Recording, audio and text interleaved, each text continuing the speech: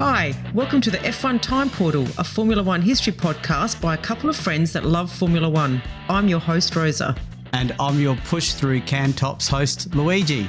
And today we're rating drivers from 1975 for our special series, the TP or Time Portal Championship. So let's go.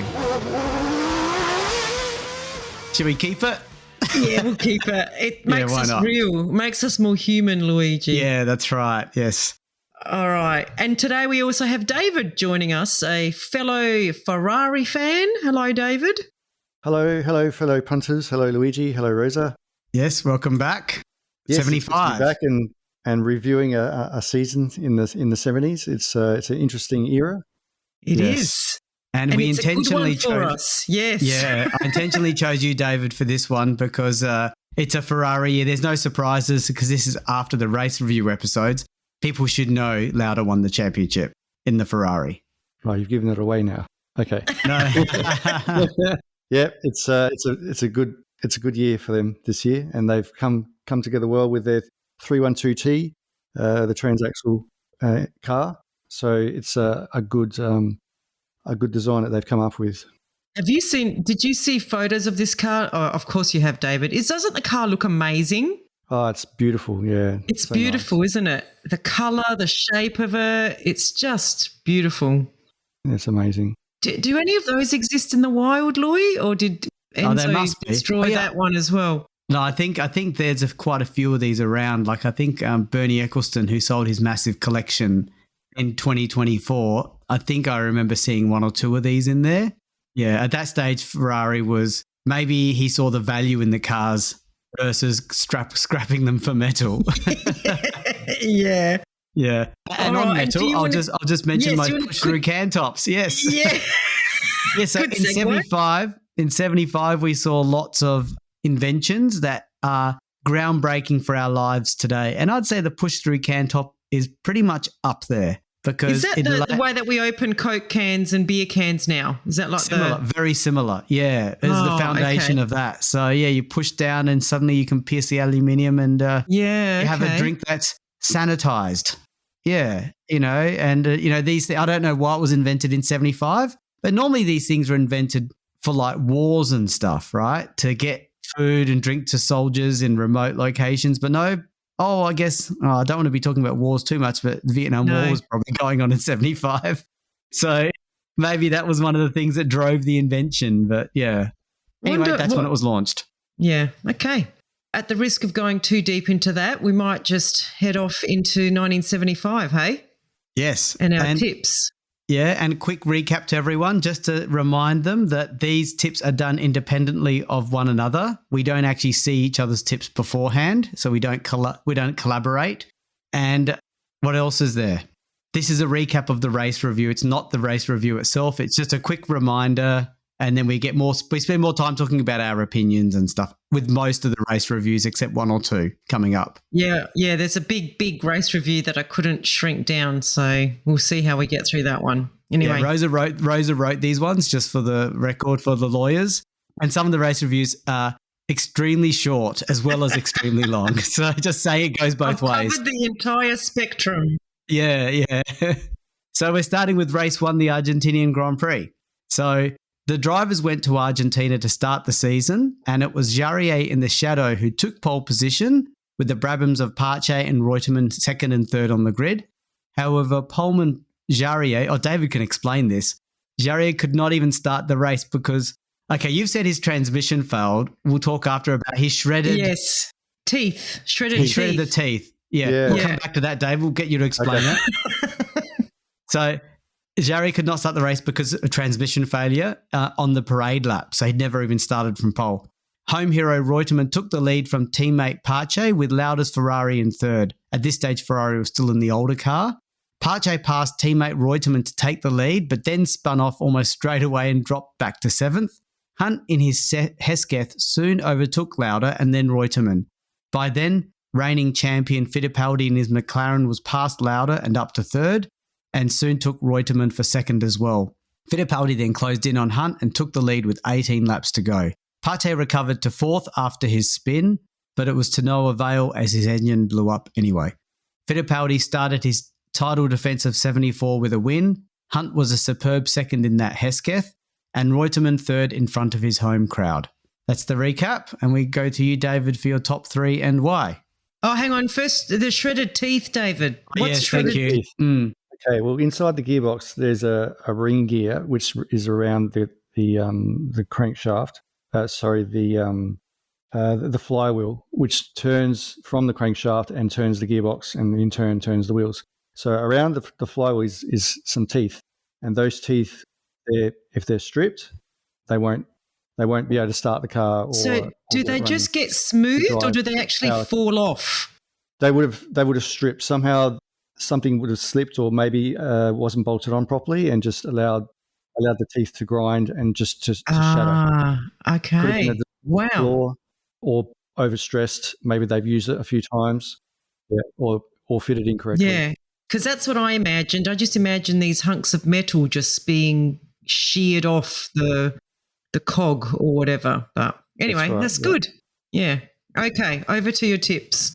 Positions. In third, I put Reutemann. He held it together. I considered Pache, but he shouldn't have spun, so nobody else did. And I'm sure he wasn't the only one, but anyway, he may have been the only one. I think he was. Like Wilson Fittipaldi went off there, and then Pache did as well. Yeah, but was there a double yellow flag to pinpoint that there's actually an issue on the track? If there was, maybe he would have been aware and been more careful and not spun. But yeah, that's I don't know to what extent what was going on there, or if that happened. But yeah, so Reutemann in third. In second, I had Hunt. Ultimately, a very good drive. Did well to get ahead in the middle of the race, but the genius of Fittipaldi in his McLaren just blitzed them all, showing their dominance. Hunt in second, and then Fittipaldi in first. Hunt just he had it there, but just couldn't hold off the dominating force of Fittipaldi and the McLaren. Good picks. No notes from me. Yeah. Okay. I've got third, Hunt.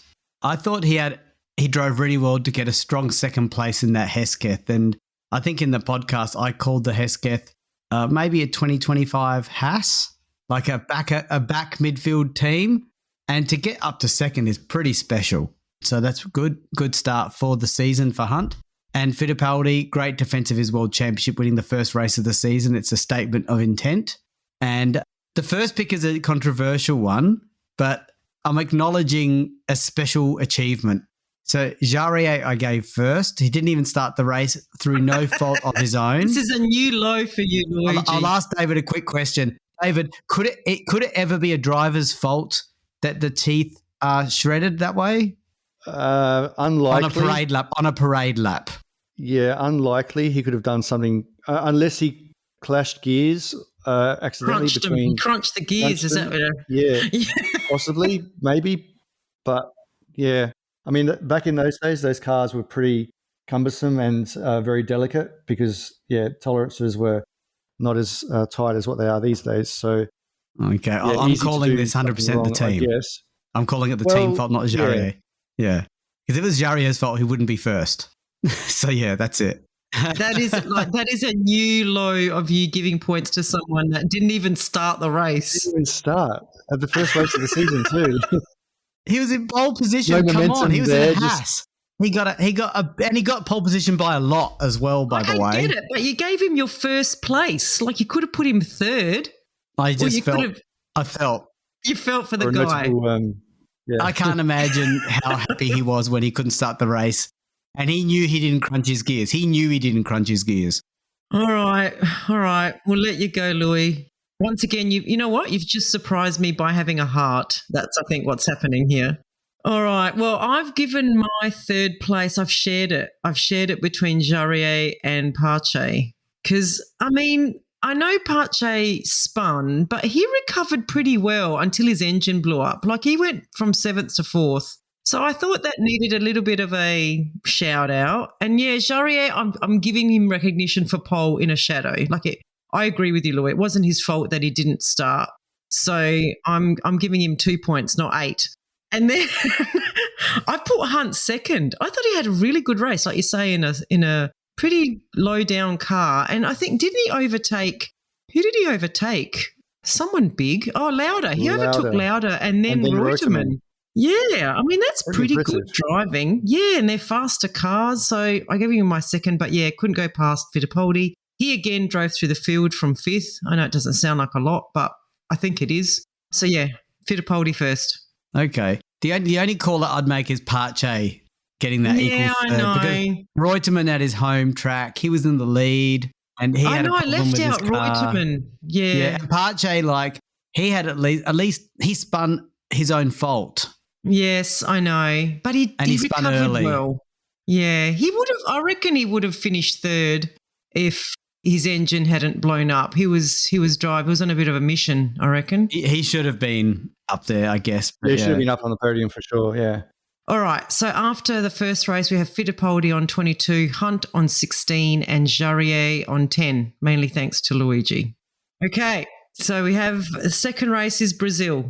So Jarier took pole position again. I can see what's coming. With Fittipaldi alongside and Reutemann third. Reutemann, just like in Argentina, took the lead at the start from Jarier and Pache, was up to third, whereas home driver Fittipaldi dropped to 7th. Jarier retook the lead from Reutemann on lap 5 and then pulled away. Reutemann struggled with handling issues and dropped well down the order then, with Pache up to 2nd, Regazzoni's Ferrari 3rd and Fittipaldi recovering to 4th. Jarrier's engine stopped with 7 laps left and Pache took the lead. Regazzoni was up to 2nd but dropped behind Fittipaldi and Mas in the 2nd McLaren as he too suffered handling issues. Pache took a home victory with countryman Fittipaldi 2nd and Mas 3rd. Pretty straightforward. Over to you, David. Okay. Well, in my third place, I've given it to Fittipaldi. He finished 2nd after dropping to 7th from a bad start with all that wheel spin. So I thought, recovering from 7th to get to 2nd is earning a third place in my books. Pache, just a strong race from him. He did pretty well to come home 2nd. He was first. Pache came first. So, I think it was a strong race. But I gave my first position to Jarier. I felt he was very dominant in practice and he got the pole. Yeah, and I feel that if his teeth didn't fail on him in Argentina, then he probably would have been close to first place, as we said, on the podium, definitely for sure. So I feel that Jarier was hard done by, possibly by his team for not giving him a good car that can hold its teeth together. Yeah, I've got no challenges there. If anything, those picks might be better than mine because I'm trying to digest why I picked Reutemann for third. He's sort of been up there the first 2 races. He's always been in the front few the whole time and he's been let down by the car. So maybe I just felt like, the guy's just not landing it at this point in time. But it's only the second race of the season though. Yeah, but he's been up there each time. So anyway, I've got him third. Yeah, but I admit Fittipaldi would be a better third. So David did a better pick there. And second, same as David, Pache taking the win against the other local hero. And I wondered if he needed security after he won the race for defying Fittipaldi, or was he just lauded a hero? It doesn't matter, you're Brazilian, it doesn't matter. Like, because Fittipaldi was a double defending champion, very young, and here's this new guy taking the win, but he's also Brazilian. So, what do you think? Security, or was he celebrated? No, I think they would have celebrated him. I don't think. Yeah, I don't know. Sure. Fittipaldi didn't have the same kind of aura that other Brazilian drivers had later on. At the time, he was up there with Pelé. Oh, okay. Like Pelé the soccer player. Yeah. So. I know Pelé. Yeah. Okay. No, I reckon the Brazilians would have just thought it was great to have another Brazilian at the top. Okay. And Jarier first. Yeah, leading by big margin only for his car to break down, and he got pole again. So he's really having a purple patch, which we know doesn't last beyond this. So you take advantage. This might be the last Jarier points of the season. He might get a podium here or there, but I doubt it. All right. Well, I went Muss in my third spot. I thought he did well to move through the field to score a good third place. I also agree with you, Louis. Fittipaldi might have been a better. I think what turned me off of Fittipaldi was the wheel spin at the start. But okay, yeah. Whereas Muss, I don't know where he qualified, but he got a good third place. And then I put Pache second. Great start. Lucky win, I've said, but probably would have still won by overtaking if he didn't have car troubles. Really? I don't think Pache. I mean, Jarier had a big lead. Yeah, I don't know. I thought Pache was catching up to him, but I think I looked up what the difference was in the when times. He retired. Yeah, I'll look it up when you can get going. I'll look it up. Yeah. And yeah, I gave Jarier first spot again, another pole. And again, I think he actually would have won 7 laps. He only had, with 7 laps to go, he would have won it. Yeah. So we've got Jarier then. 25-second lead. Yeah. It doesn't say that he was catching him. The lead he accrued started vanishing. That's because he had the problem. So prior to that, I think he was cruising. And just a flag, the final 7 laps were sheer ecstasy for the crowd as Fittipaldi continued his efforts to catch Pache. So they were not unhappy. They were happy to see two Brazilians. They were happy. I don't know. I just thought that Pache would have caught the shadow, like the Brabham would have caught the shadow. I don't know. But anyway, 25 seconds. We will never know. Yeah. We will never know. So, yeah, after 2 races, we have Jarier in the lead on 34, Fittipaldi second on 26, and Pache third on 20. And Jarier's got no points in the real championship. Yeah. We're righting the wrong. So if Jarier this is what it should have been. Is Jarier, you're listening, we tip our hat to you. So we're up to the third race of the season, so the South African Grand Prix. So this was a month after the Brazilian race, and the field went to South Africa, and Pache followed up his win with pole, with Reutemann alongside as Brabham locked out the front row. And home hero Scheckter, who was third in the Tyrrell. At race start, Pache led, with Scheckter second, and Peterson in his Lotus jumped up from 8th to take third. However, Peterson did not have the pace of the front runners and dropped back down the order. Scheckter took the lead from Pache on the third lap to the delight of the home fans. Pache kept second until he struggled with tyres and was passed by Reutemann and the second Tyrrell of Depailler. Scheckter took an emotional home victory, with Reutemann and Depailler coming second and third. Over to you, David. Okay. In third place, I've got some notes here which tell me in the practice session there was some safety issues, some track safety issues, where the team's mechanics had to go out and bolt down some of the barriers because they were completely unsafe, which I thought was interesting. I think that's the next race, David. But yeah, I think the mechanics also didn't want the practice and the race to continue in this race. But yes, the mechanics, the bolting happens at the next race, I think. Oh, the next one? Okay. All right. So I thought in third place I've got Depailler. I think he did an extraordinary effort. He held off Fittipaldi for 20 laps. Fittipaldi was trying to overtake him, and he held him off for 20 laps, which is pretty amazing. In a with the farm dominant driver and car. Reutemann, I put him as second. He kept Scheckter. He kept on his toes and kept him honest and pushed him all the way to the end. And Scheckter, I gave first place for his inspirational home win. So yeah, they're my top 3. Yeah, good call on Depailler. I like that one. That's good.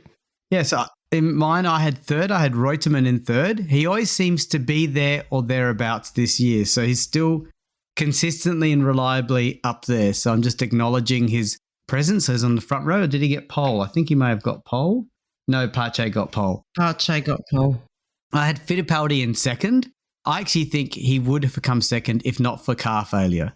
So I'm just writing what I think are the wrongs. I can't remember what lap he retired. I can check in a minute. And Scheckter, home win. And it wasn't just an inherited home win like Pache's one was. He had to fight for it, and he did. And he only won it by a few seconds from Reutemann. So it was a really good effort by him. So yeah, that's my top 3. Fittipaldi retired on lap 65 of 78. Yeah, that's pretty sad. He would have come second. Yeah. DePalia got into his head, holding him off for 20 laps. Yeah, David's showing us up. We all want David's better quality. Yeah. I should have picked Depailler as well. I went Reutemann third. I hadn't given him any points. I think I felt bad because I'd left him out of the first two. So I think of giving him my third spot. It was just a solid race from him. Like you said, Louis, he's always there or thereabouts. Gave Pache my second place. He got pole. I think he would have finished second if his tyres hadn't given way, although this may have been a bad decision on his behalf with the compound he chose or driving too hard on them. So anyway, I think I gave him second for pole. And yeah, I put Scheckter first as well with a good race to take away a very special home win. I'm just challenging the Pache one because you're jumping to a conclusion that he made the wrong tyre choice. But we normally, when someone has a tyre problem, it's like a puncture or something, right? And you go, it wasn't their fault, blah, blah, blah. But when their tyres go off, it's like, well, it probably is either their driving or their tyre choice. Yeah, and you're giving him second. I know. You're wedging the door open more and more as you talked. I did. I know. I did. I hear you. But I felt like he was in control of the race. I'll take your comments on board. So, yeah, at the end of 3 races, we have Jarier on 34. Fittipaldi's catching up, though, on 32. And Pache's up in third on 26 with Scheckter on 24. Can't believe Jarier is still leading. I know. Okay, this is Spain. So this is going to be a bit of a long one. You can put our mute on mic. We can put our mute on mic now, David. You can have a rest, have a drink, go to the bathroom. This is a good bathroom moment for us. you just said mutes on mic, by the way. But anyway. Mute our mics. Okay, anyway, go on. All right. We know so what nearly. Yeah. So 2 months after the third race, we're in Spain at the very fast Montjuic circuit in Barcelona. So the Grand Prix Drivers Association was not happy with the state of the barriers, which were not bolted properly, and the drivers threatened to not take part. Mechanics from the teams went around the entire circuit to try and fasten them down. After work was done, the drivers agreed that the circuit was still not safe enough. Fittipaldi had no intention to race, and he went home on Sunday morning in what Luigi calls, what did you call it? The big boss or a boss move? Big dog move. I'm the defending champion and I'm going home. Yeah. So then the organisers of the event, feeling that there was a bit of unrest, locked the cars and motorhomes inside the circuit for breach of contract and threatened to keep them there if they didn't race. So all the teams got very spooked with not being able to make the next race at Monaco, losing a lot of money. So they decided to do what the organisers wanted and raced. So that's a bit of a, very underhanded move, I think. But anyway, the rest of the drivers were there for quite – sorry. This is a good break for the story. Just to mention, I'm not sure what year Enzo Ferrari stopped attending the races, but I'm pretty sure he wasn't at this one because I can't imagine Enzo tolerating any of this. No, same. He'd have just flicked his fingers like that, and special Ferrari branded helicopters are going to come and just put chains around the Ferraris, lift them out, and take them away. You know what I mean? Yeah, I definitely agree with you. So, sorry, Louis, is this the one where are you up to? Is this the one where X kept driving? I think this is the one where X kept he wasn't driving. Part of it. Yeah, X kept driving. He was the only one that actually continued to drive during practice because he wasn't part of the GPDA. Sorry, we go into that a little bit in the podcast.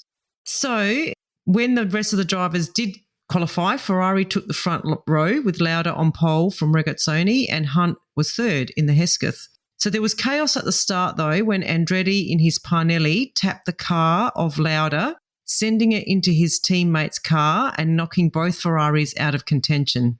I think Regazzoni continued, but he finished like 4 laps down. Hunt gratefully took the lead and Andretti, whose car was undamaged, was second. Hunt led until he crashed after spinning on oil on the track, leaving Andretti leading from Watson in the Surtees and Stommelin's Hill. Yes, very strange race, seeing those two cars up there. Yeah, well, three cars strange. Actually. We called it Saubers and Haas, 2025 Saubers and Haas's leading in second, right. You know.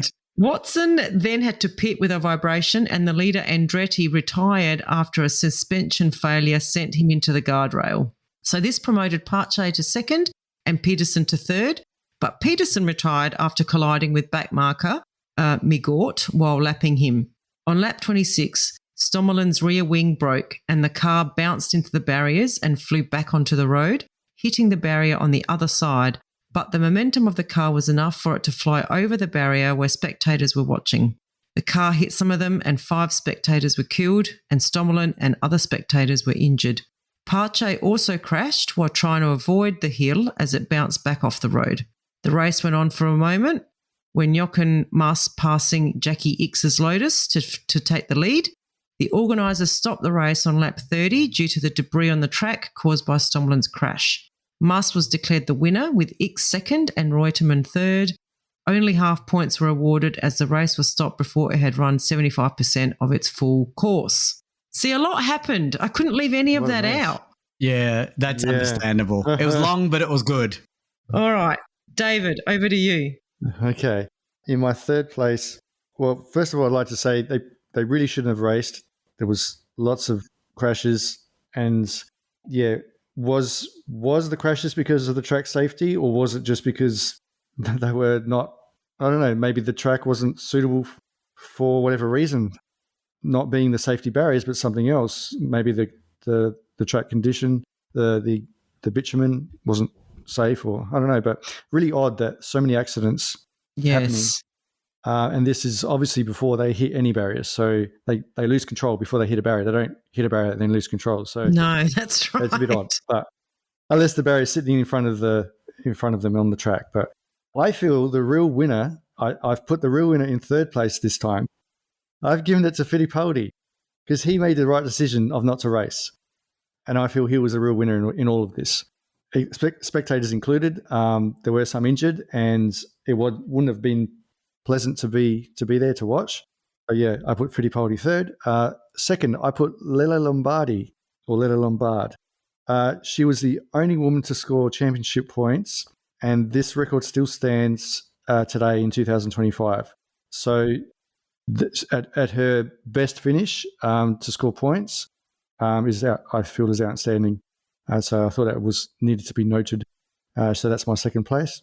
And in third, I've got Mass. He did well in all the chaos, kept his car together, and it's his first and only win. So a very well-deserved first place. Okay. I challenged the Fittipaldi vote only because you said he was a real winner because he didn't race. Well, if he is the real winner, then you'd put him in first.